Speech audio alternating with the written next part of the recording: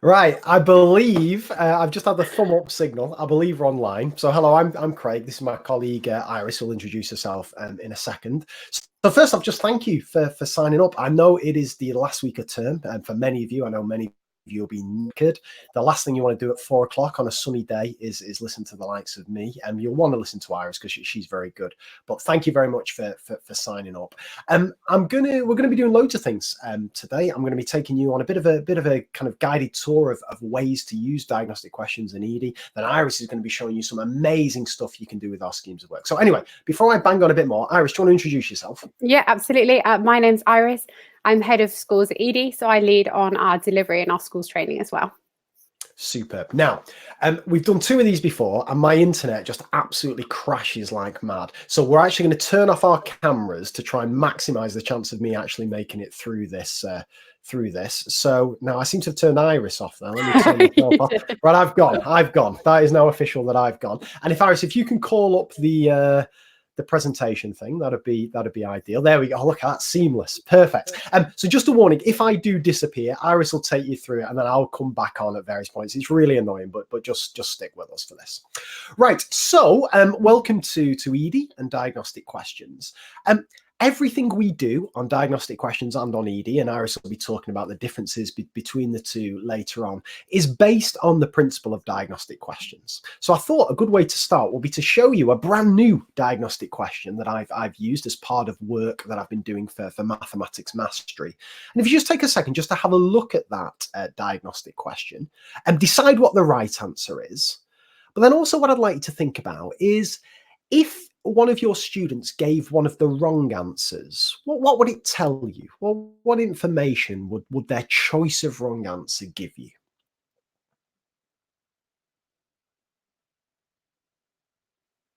Now, I just realized I shouldn't keep silent because people may think I've disappeared, but actually I'm still here. You'll be pleased to know.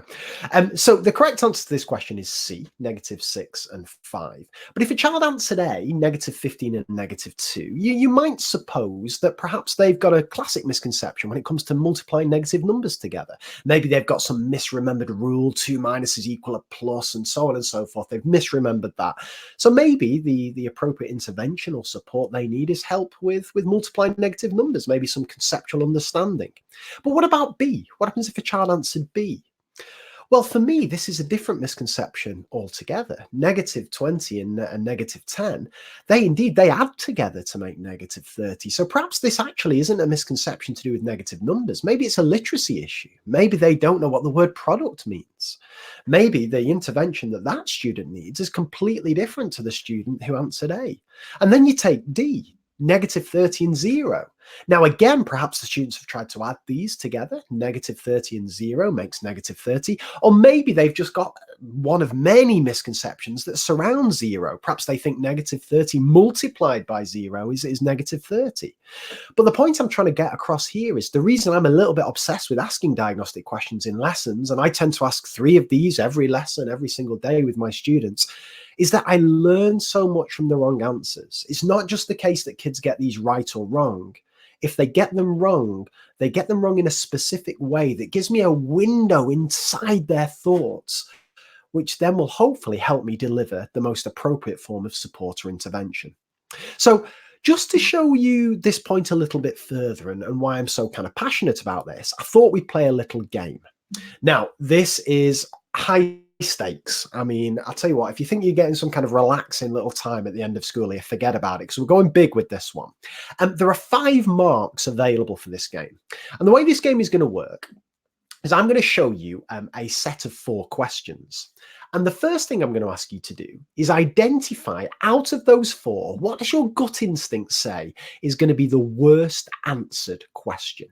Now, where have I got these questions from? Well, I've got them from my favorite, and I know you shouldn't have favorites, but this is my favorite collection and scheme of work. That's the ED revision collection where you've got mixed topic, low stakes quizzes. And Iris is going to talk a little bit more about this and other schemes of work later on, because you can actually set this to your kids from September onwards if you wanted, which is particularly useful if you've got GCSE resit class, or you want to get students a bit of a sense of how they go on topics that they've learned previously. So what I've done is I've gone into one of these quizzes and I've gone into a foundation quiz, and I've chosen 4 questions, and they're 4 particularly poorly answered questions. You'll see them there. And my challenge to you is, out of those 4 questions, which one do you think is the worst answered? Which one do you think attracts the lowest percentage of correct answers? Now, how I'd like you to submit your answer is, if on the right-hand side of the screen, you'll see polls, hopefully towards the top right. And if you click on polls, then Iris has very kindly put up a poll here that says, which is the worst answered question? So could you just take a 30 seconds or so to have a look at those questions and decide which one do you think is the worst answered? And then I'll come back in a 30 seconds and we'll start to go through this quiz. Oh, now I can't resist commentating here. This is neck and neck. We've got one person who's gone for question 1, one for 2, one for 3, one for 4. And now it's all kicking off. Question 2 taking an early lead, the classic negative number issue. Question 3 attracting a few votes, enlargement. It could all be going wrong with that. But question 1 and 4 are still, they're holding their own there. Again, you can imagine, if you're anything like me, you can imagine your kids going wrong with any of these questions. And it's going to be interesting. Hopefully, you'll agree with me. It's going to be interesting when we delve deep into this. I'm going to put a 10-second timer on. So it's just chance to get your final votes in. Hello to anyone who's just joined us. There's 48 of you online now. About another 5 seconds if you want to vote. So if you've just joined, if you go to the polls section on the top right-hand corner, you'll see a poll here where you can choose which of those you believe is the worst answered question.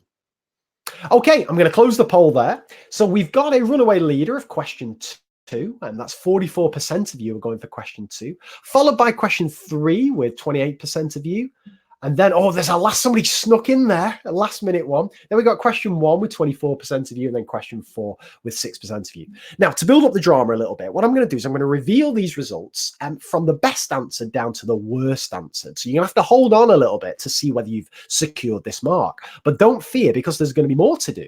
Because when I show you the best answered question, my challenge to you is going to be, what do you reckon the most popular wrong answer is? Why are students getting this question wrong? So here we go, a little drum roll.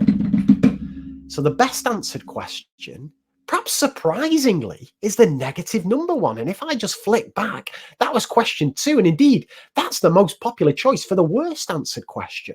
So my challenge to you is, because you're still in the game, if you've gone for that, don't worry about it. If my maths is right, and often it isn't, I think the correct answer to this is A, 4. So out of B, C, and D, what do you reckon the most popular choice of wrong answer is? Now, again, if you go to polls, Iris has banged up a poll there, so you can choose between B, C, and D. What would your students do there? If they were going to go wrong on this question, where would they go wrong? What's the most popular choice of wrong answer? And I'm offering a markup for anyone who can get this one right. So I'll shut up for 30 seconds. Get your votes in now.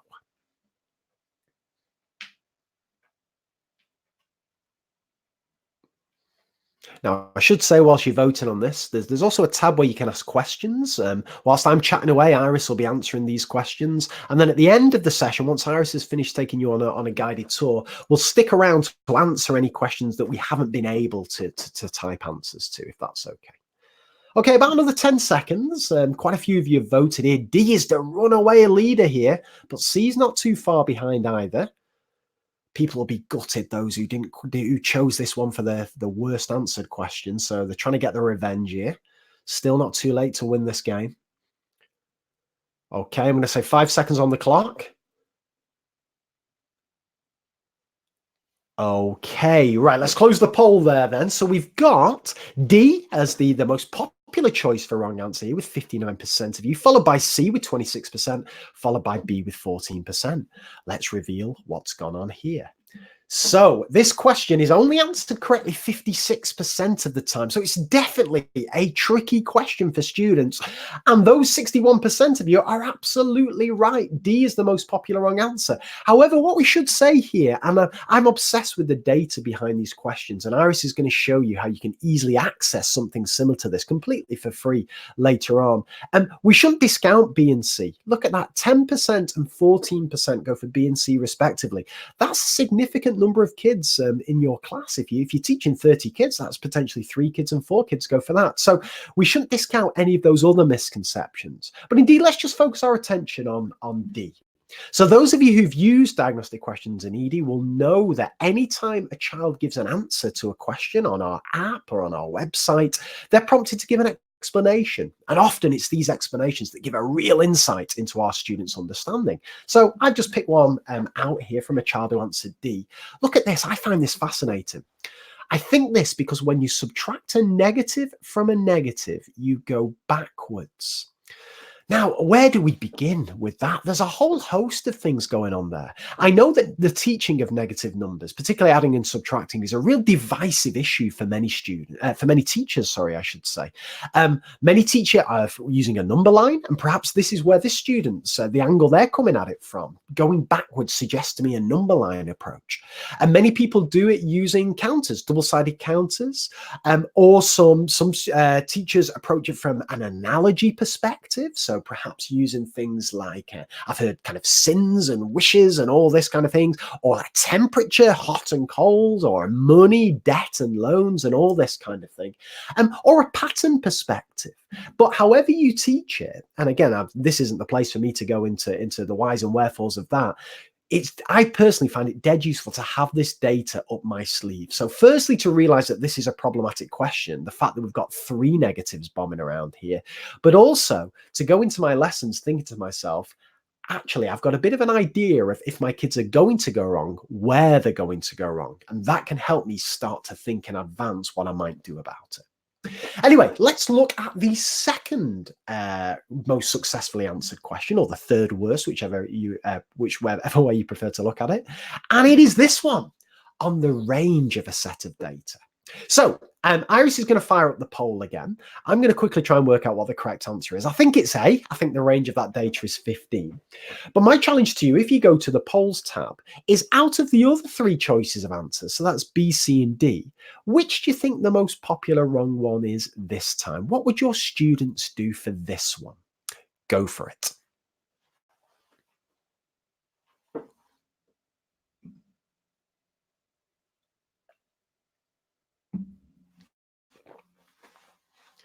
Now, this is a split B versus D at the moment. No love for C as of yet. D is attracted a few there. Oh, look at that, C. People are feeling sorry for C, so a couple of you have come in with that. Gonna give maybe another 5 seconds.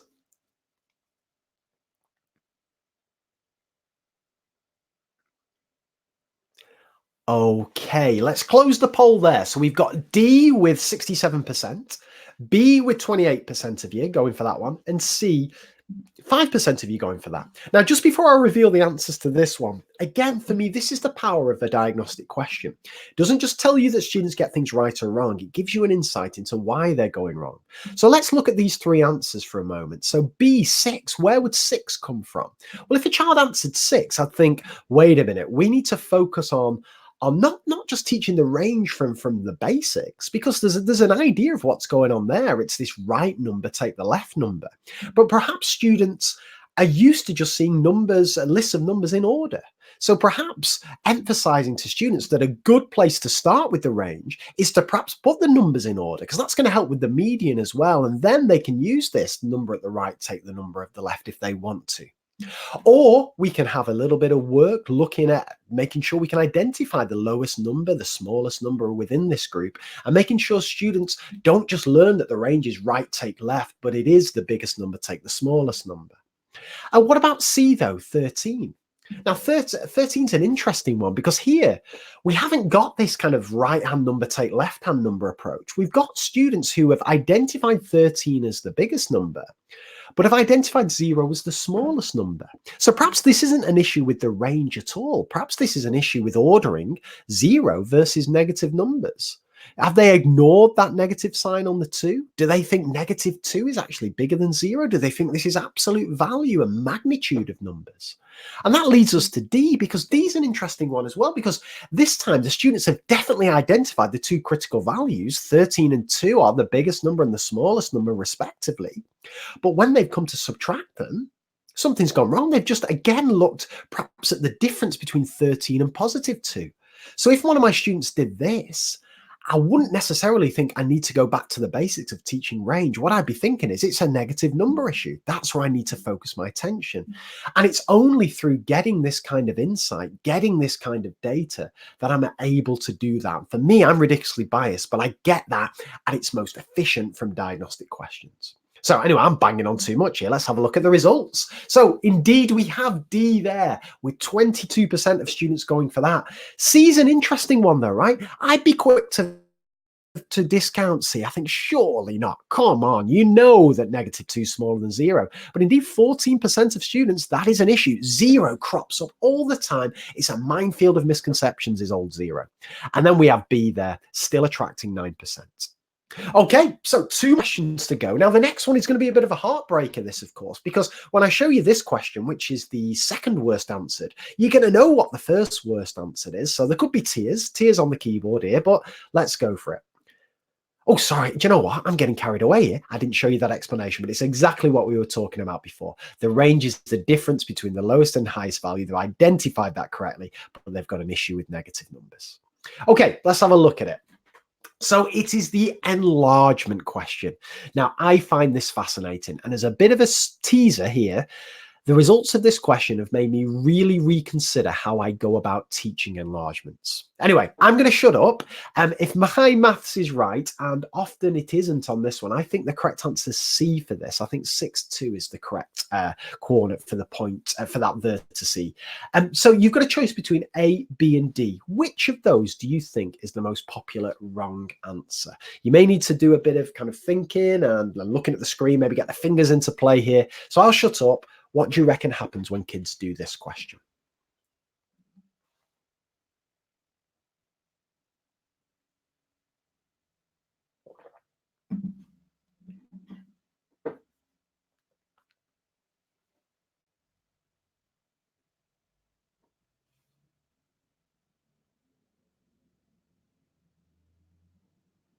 Okay, we've got quite, well, few of you voted. No rush on this one. It takes a bit of time to think through the answer to this question. And B and D are neck and neck at the moment. 2 1.5, 4 0.5.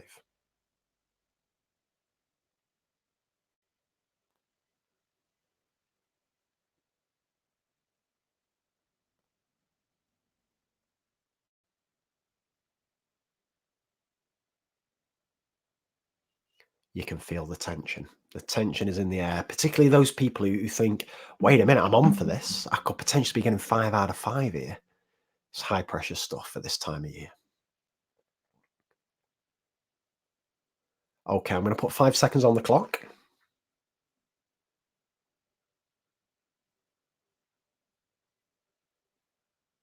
Okay, let's close the poll there. Now, this is the closest one yet, I think. We've got D with 52%. Not far behind is B with 42%. And then a few of you going for A. That's 6% of you going for A.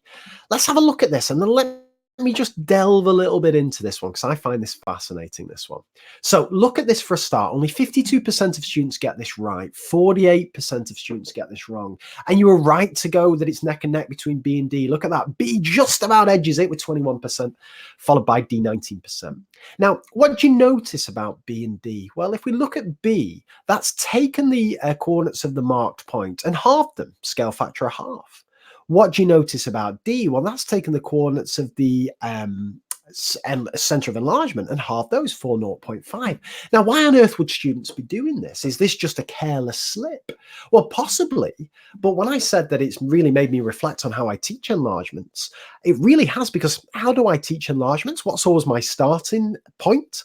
Well, it's always center enlargement's the origin, and then we go from there. We enlarge scale factor 2 from the origin, 3 from the origin, and so on and so forth.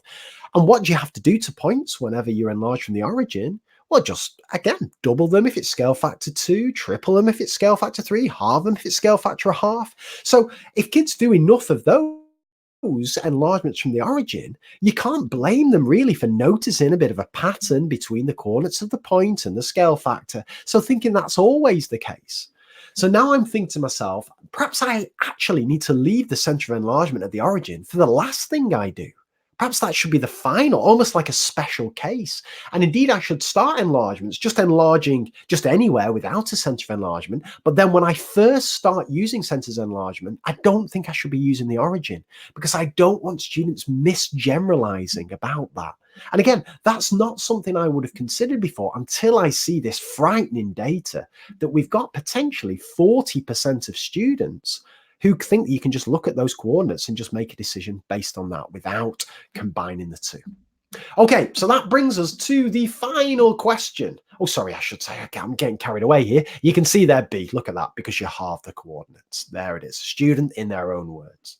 So that brings us to the final question, which is straight line graphs. Now, there'll be some of you who are currently on 4 out of 4, and Iris will be checking through those answers after this webinar finishes. So I can only imagine the tension that you're feeling at this stage. So what is the gradient of this line? If my maths is right, I think the answer to this one is C. I think it's got a gradient of -3. But the question that I leave to you is, out of A, B, and D, which of those is the most popular answer? What would you imagine your students doing for this one? So Iris is going to fire that up in the poll section on the right-hand side. And when that arrives there, I want you to consider whether you think it is A, B, or D that you think is the most popular wrong answer. The poll is live now. I'm going to shut up for 30 seconds. Good luck. Go for it.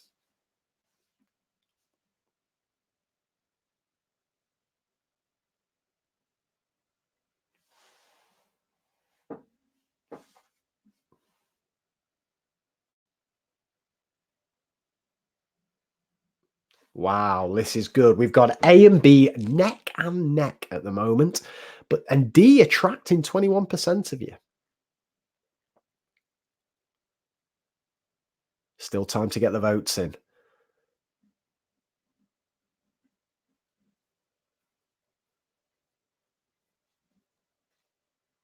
Okay, I'm going to put 5 seconds on the clock.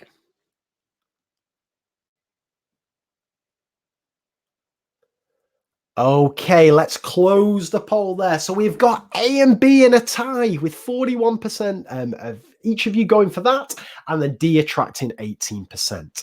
Now, straight line graphs is one of those topics that screws kids over. Kids really struggle with this. And this is an interesting one, because this may be considered a non-conventional presentation of the equation. Perhaps students are used to things like 2x plus 1, 3x minus 2, or even maybe in this case, -3x plus 7. So is the fact that actually that number, that y-intercept comes first, is it going to mess kids up? Well, yeah, it is, because only 51% of students get this right. Almost as many get this wrong. And look at those misconceptions split across A, B, and D fairly consistently across those three. But B just about takes it. So if we have a look at B, again, that's a student, and it's fascinating this. Look at this, y equals mx plus c. Mx is the gradient. It's a strong start. It's sounding good. And look, the c and the mx are not in the order of y equals mx plus c. Perfect. But we still look at it in the same kind of way. This is sounding good.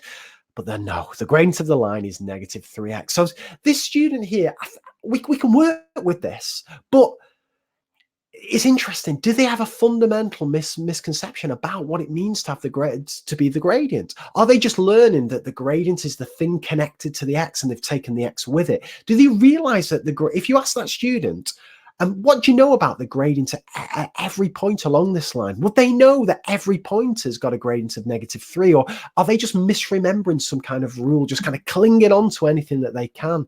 Likewise, students who answered A7 here, you can imagine why they're doing that. I bet if you gave them it in -3x plus 7 form, they'd probably get the correct answer. And look at D3. Now, the kids who've got 3 have identified that it needs to be the number next to the X. They've remembered to leave the X out, but then they've ignored the negative sign. So a whole array of misconceptions. But my point here is that when I'm going into teaching straight line graphs, I need to know 2 things. Firstly, I need to know problematic questions. So I'm definitely going to ask my kids this question at some point. But then secondly, I need to plan for error. I need to go into that lesson armed with an idea of where my kids might go wrong and why they might go wrong, because then I can start to think really hard about what I'm going to do about it. Anyway, I've banged on far too much there. Congratulations if you managed to get 5 out of 5. I know I didn't when I was putting this thing together. And what's going to happen now is Iris is going to take you on a wonderful tour of some of the amazing things that you can do on Edie. I'm going to hang around. I'm going to try and answer some of your questions that have come through. And then once Iris is finished, we'll both hang around at the end and answer any questions that you may still have. So Iris, it is over to you. Fantastic. Thank you very much, Craig. And I hope you all enjoyed that lots. It was great to see the results come through. I think there was a max of 9 people that are going to get all 5 marks, sorry. So we'll have a little look at the end and see who's the winner. See if there's a couple that might have got there. Okay, so as Craig mentioned, what I want to do is give everybody a quick tour of Edie and how you can actually access some of the data behind these questions. Now, we've got lots I could show you, but as I said, I'm only going to give you a quick tour.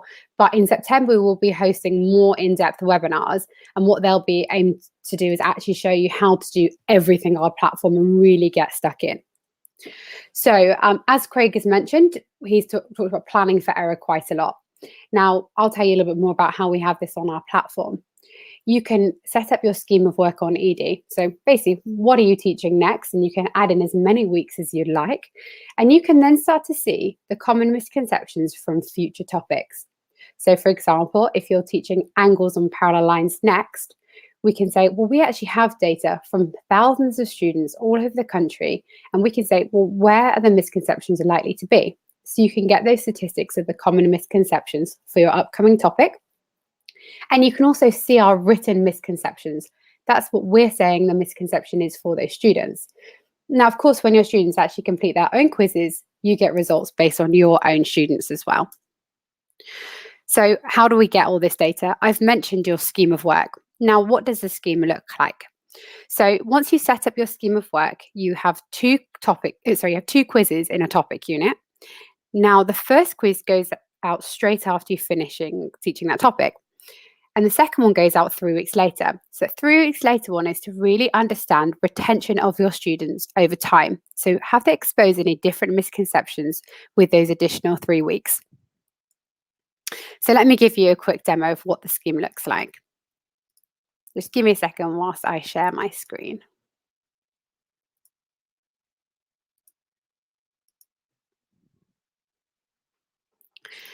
Lovely. I hope everybody can see my Edie profile now. Now, just to let you know, I've logged into Edie and I've gone to the scheme section on the right-hand side.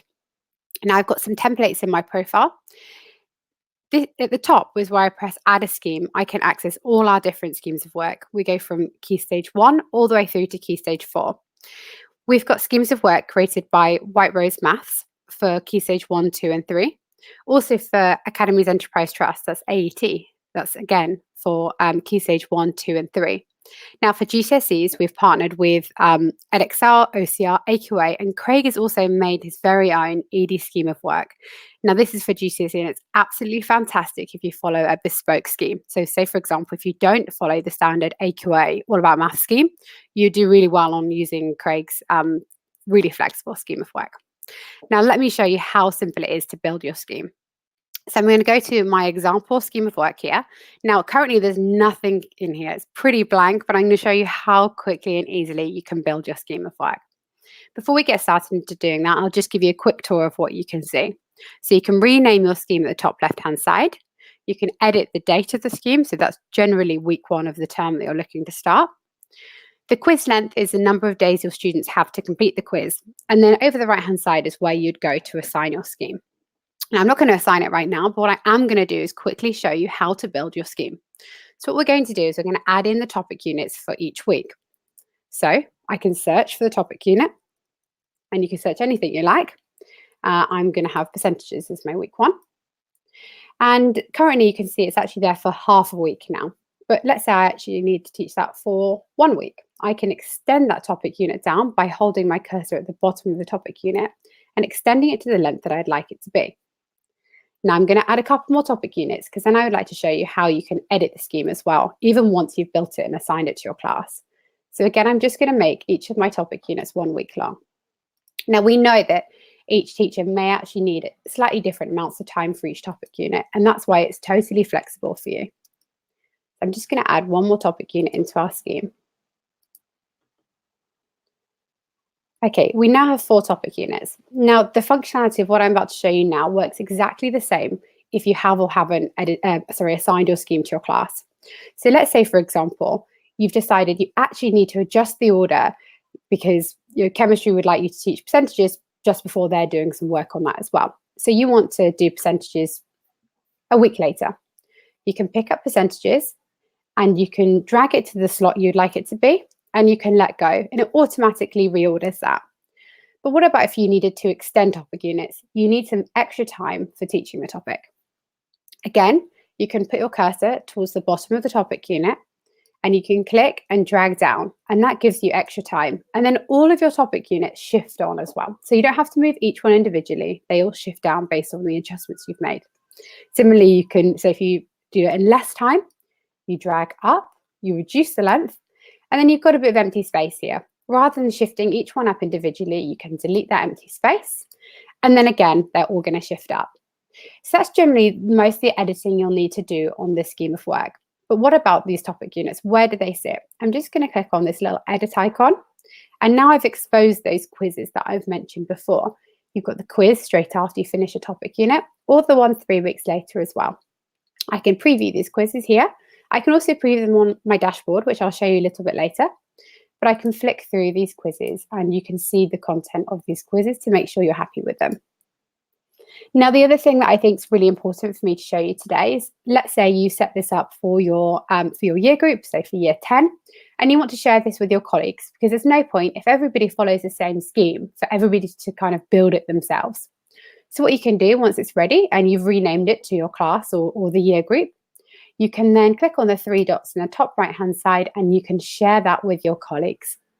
Also, if you just play around with a scheme and you don't want that template anymore, this is where you can delete it as well. Don't worry, you do get an error message before you delete it, and you can delete it anytime. But sharing with colleagues, of course, allows everybody else to adopt that. They'll find that in the Add a Scheme section, and then they can take that and they don't have to put that legwork in that you've spent on kind of creating that scheme of work. But I hope, as you've seen today, it doesn't take very long to create the scheme, and you can do this at any time. So if you are doing it for yourself, you may want to build 1 term out or 1 half term out, and then add topic units in as you go. Okay, so that's everything I'm going to show you on the live demo today. I'm also going to show you now how you can get results and see everything else. Okay, fantastic. So I've showed you how we can edit the scheme and how you can adjust the number of days students have to complete the quiz. Now, generally they have between 3 and 7 days, so you can adjust that. Any longer than 7 days after you finish topic unit, you're then starting to look at retention as well. So we really do encourage setting the assessment as soon after you finish the topic unit and really encouraging the students to complete it as soon as they can. You can extend and shrink topic units and you can reorder them. If you're following a mastery scheme of work, of course, we recommend that you don't reorder them, but we do have that functionality built into our platform. So what else do we do?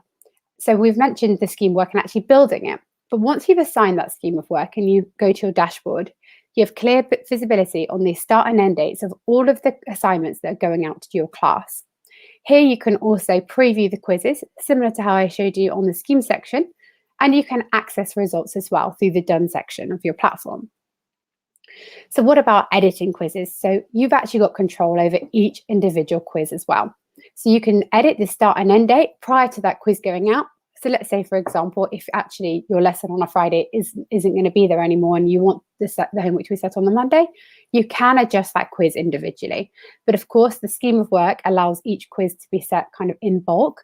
But as I said, you can edit each one individually, and you can also see the questions that are going out in the edit section as well.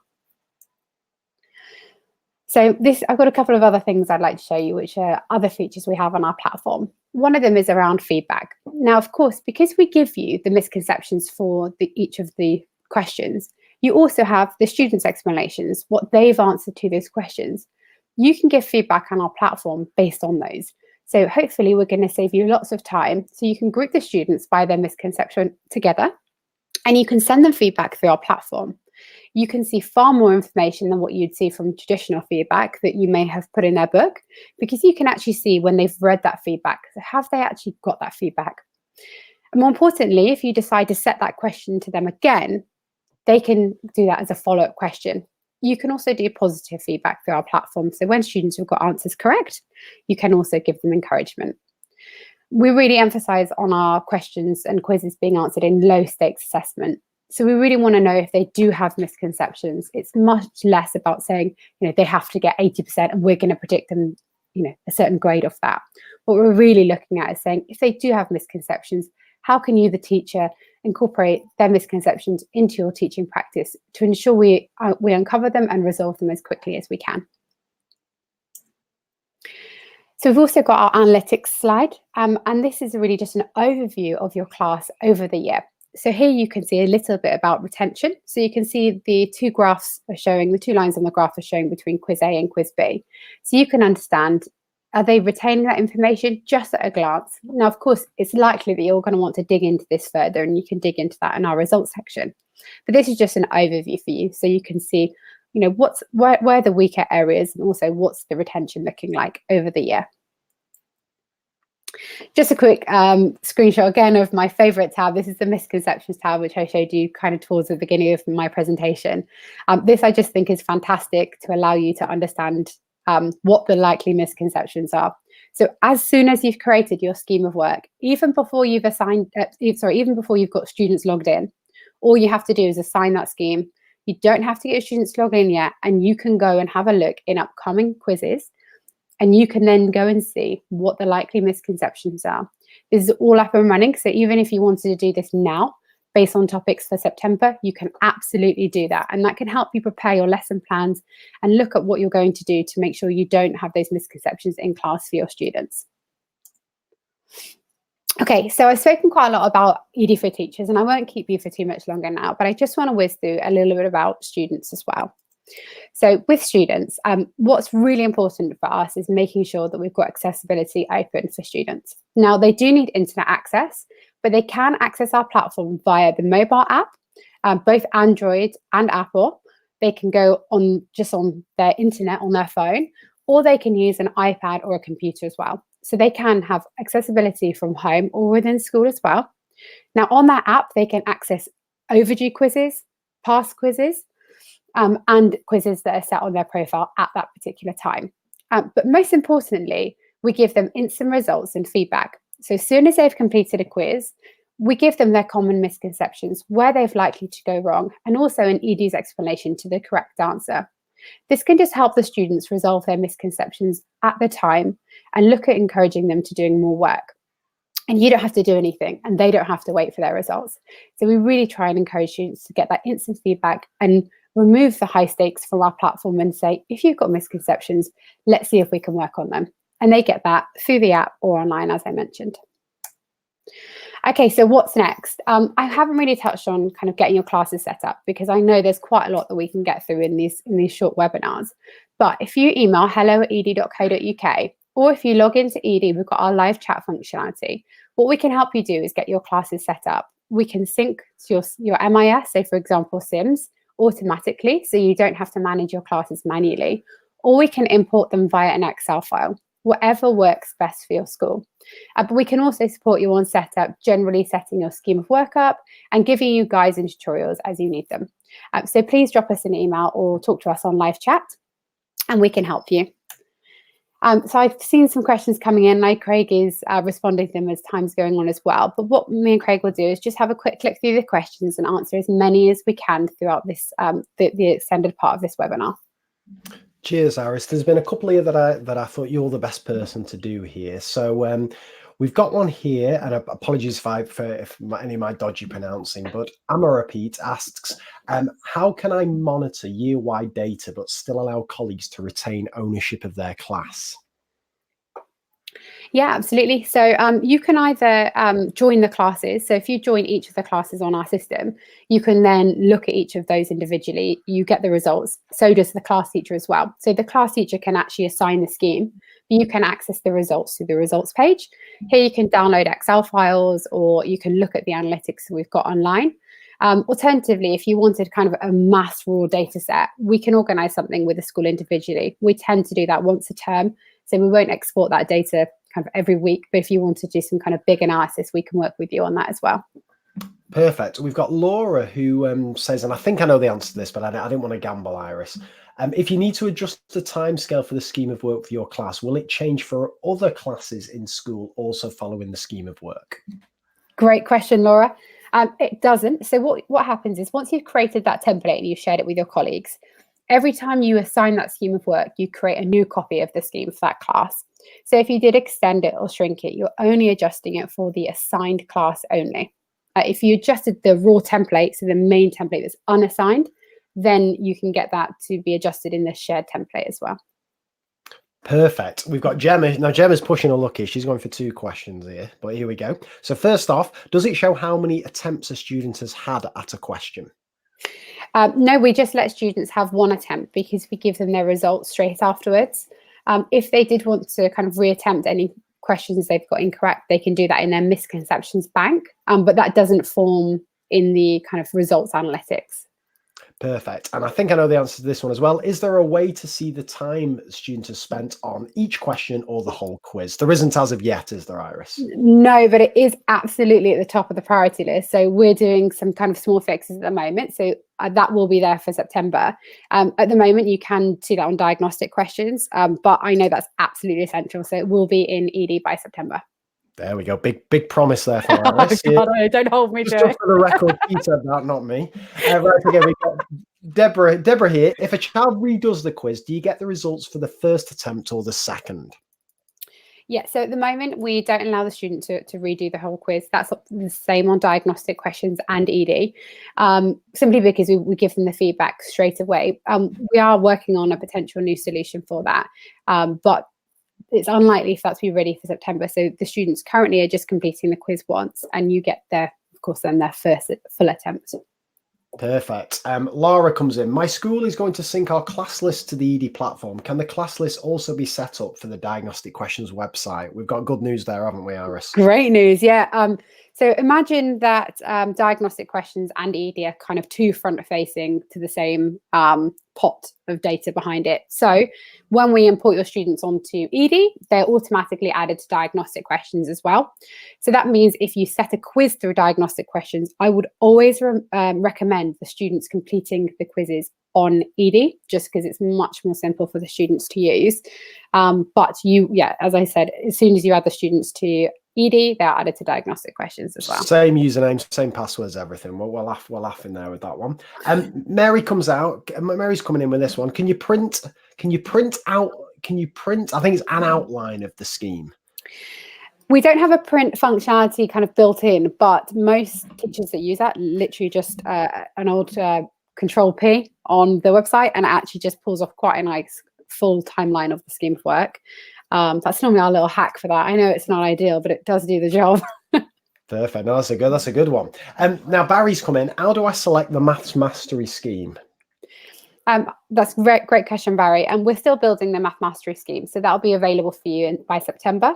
Now, you do also have to be in a Mathematics Mastery school in order for you to get access to that.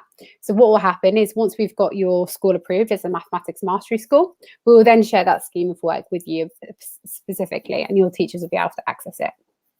Perfect. Now you can do a 2-for-1 on these questions, Iris, because we've essentially got a similar question here. So we've got, just to confirm, I'm new to this, is the ED question bank from DQ. And then Zoe says, forgive my ignorance, what's the key difference between ED and diagnostic questions? Absolutely. So I'll start with Zoe with the key difference between ED and diagnostic questions. As you know, that Craig is the co-founder of both of them, and diagnostic questions was built as a question bank and much more as a teacher tool. And we did add quite a lot of features to that. And we also allow teachers to collaborate. So any teacher can upload questions onto diagnostic questions. And it's absolutely fantastic if you just want to put a question up on the board. We then found out that actually, if you're looking to have kind of quite a lot of structure and a formative assessment platform, a platform like ED is much more suitable for that collaboration between the whole school and also kind of sharing that scheme of work. And we also wanted one place where we had only kind of partnered with content creators. So that's when we created ED. So we've only got like partner created content on ED. We don't have kind of any of your questions that you may have created, not you, Craig, in particular, but anyone watching today, your questions won't be on ED because it is for partnered with authors only. So the likes of AQA, Craig himself makes quite a lot of questions on there, Edexcel, OCR. So we've only got partner questions on ED. Great answer there.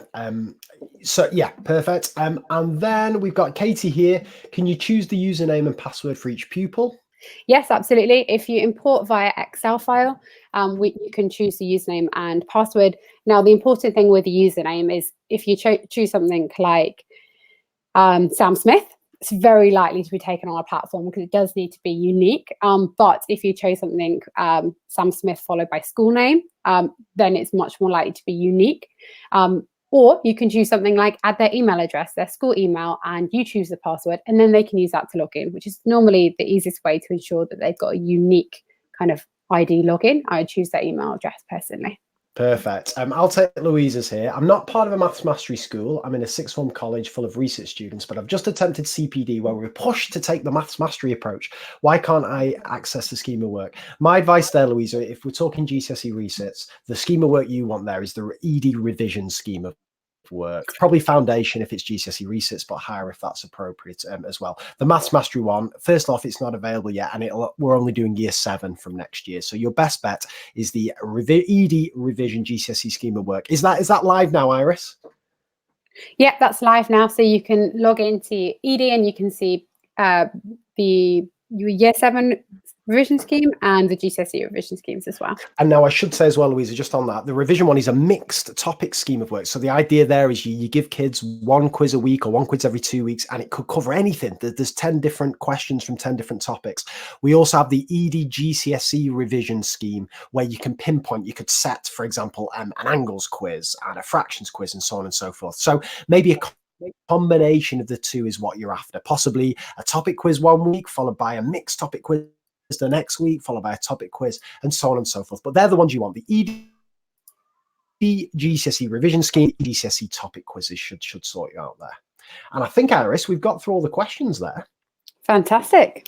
And I thought you'd gone then. I thought you'd knocked off. I thought you'd cracked open a glass of wine or something. But Iris, she's still with us for now. So anyway, we've got 37 people still with us. I just want to say again, thank you for giving up your time. And yeah, if you've any questions whatsoever, as you can tell from this, I'm clueless. All I can do is read out the questions. So send in any questions or comments to hello@ed.co.uk, and Iris and her team will be straight onto that. My advice at the moment is, even though we're kind of a bit on wind down, the more you can set up in advance September now, the better. So if that's the case, you may not know your class list yet, but you could set that scheme of work up. You could reorder the ED GCSE scheme of work or the White Rose scheme to closely match the scheme you're following, so that when September comes along and you've got those class lists, all you have to do is assign that scheme to each of your classes, and your formative assessment needs are taken care of for next year. So that'd be my advice. Anyway, I'll hand over to Iris to wrap things up. Yeah, that was absolutely brilliant. As Craig mentioned, any other questions, and I'll be around here, so you can pop them in the chat for a couple more minutes. Otherwise, head over to ed.co.uk, and we've got a live chat system built in there, so you can ask us any questions or drop us an email as well. Thank you very much for joining today. Take care, everybody. Have a nice summer. Bye-bye. Bye.